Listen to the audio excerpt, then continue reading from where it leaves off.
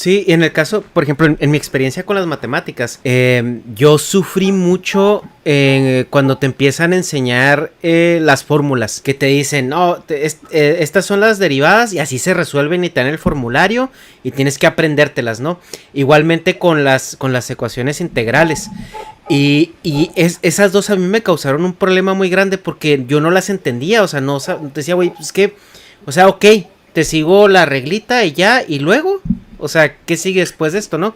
Y cuando empecé a llevar ecuaciones diferenciales, que empecé a aterrizarlo, que empecé a llevar este diseño de control, que empecé a llevar estas disciplinas donde ahora sí tenías que hacer transformada de Fourier y luego tenías que hacer una transformada de Laplace y luego regresar al dominio del tiempo y luego derivarla para sacar la posición, la velocidad, la frecuencia del muestreo, etcétera.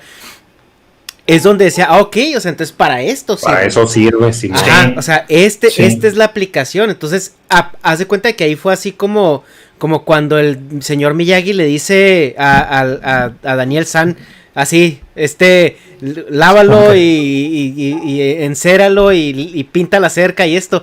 Pero sí es muy difícil porque eso muchas veces te rompe el espíritu. Pero pues bueno, ese es un tema que a lo mejor ahorita llegamos. En la cuestión de que si la matemática se descubre o se inventa, en mi percepción personal o en la forma en la que yo he experimentado las matemáticas, yo sí coincido con Egas, es un lenguaje que tuvimos que descubrir. Y es la manera de racionalizar algo que para nosotros es abstracto. Porque nosotros no tenemos las herramientas evolutivas para que esto nos sea intuitivo, ¿no? Hay muchas cosas que no son intuitivas porque evolucionamos en la sabana persiguiendo animales. Entonces, lo que es la fuzzy logic, ¿no? Esto que se refiere a que tú ves un carro venir hacia ti y tú en tu cerebro calculas si puedes pasar o no la calle, ¿no? Eso es algo que nosotros es intuitivo porque nosotros evolucionamos con estas percepciones. Pero las matemáticas es algo que nos ayuda a racionalizar algo que es completamente abstracto para nosotros. Y por este motivo, al menos en nuestra capacidad intelectual o en nuestra capacidad cerebral, como lo quieras llamar, o de asimilación, tuvimos que inventar este lenguaje, así como inventamos cualquier otro lenguaje. Como tú decías, hay lenguajes que economizan mejor las palabras, hay lenguajes que sirven mejor para expresar sentimientos o datos, ¿no? Y lo comenté en alguna ocasión que para mí el lenguaje en inglés es mi mejor lenguaje para compartir tecnicismos y cosas profesionales. Y el español es para transmitir ideas, emociones y sentimientos. Y siento que así es, ¿no? Porque tú puedes ser muy directo y muy conciso y economizando muchas palabras al transmitir algo en inglés, porque el inglés es muy, muy directo. Y el español hay muchísimas formas de decir lo mismo. Y puedes extenderte mucho para decir una idea que en inglés la pudiste haber dicho en una sentencia, ¿no?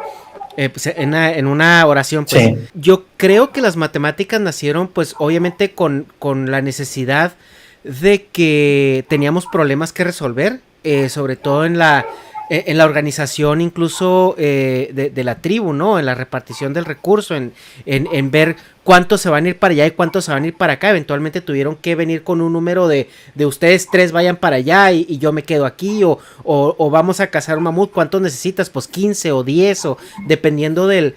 Yo creo que las primeras operaciones matemáticas fueron, vamos a cazar un chita, ¿cuántos güeyes necesitamos? Pues necesitamos 4. ¿Y cuántas lanzas se tienen que hacer? Pues necesitamos hacer 4, ¿no? ¿Y cómo le pones ese nombre? ¿Cómo aterrizas tu idea al lenguaje? Que eso es básicamente lo que hacemos con el idioma el día a día, ¿no? El lenguaje es la canalización o es la materialización de las ideas.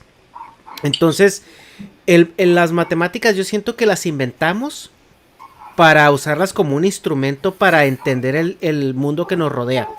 Y dentro de esas mismas matemáticas hay como otros lenguajes que ya vimos, lo que platicamos ahorita antes del directo, que hay formas o hay propuestas de modelos matemáticos donde es más fácil resolver una ecuación que en el álgebra plana, ¿no?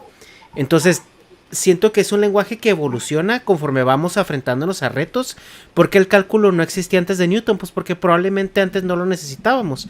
Se nos presentaba un paradigma nuevo y teníamos que desarrollar ese lenguaje que traíamos para poder aterrizar la idea que se nos estaba presentando.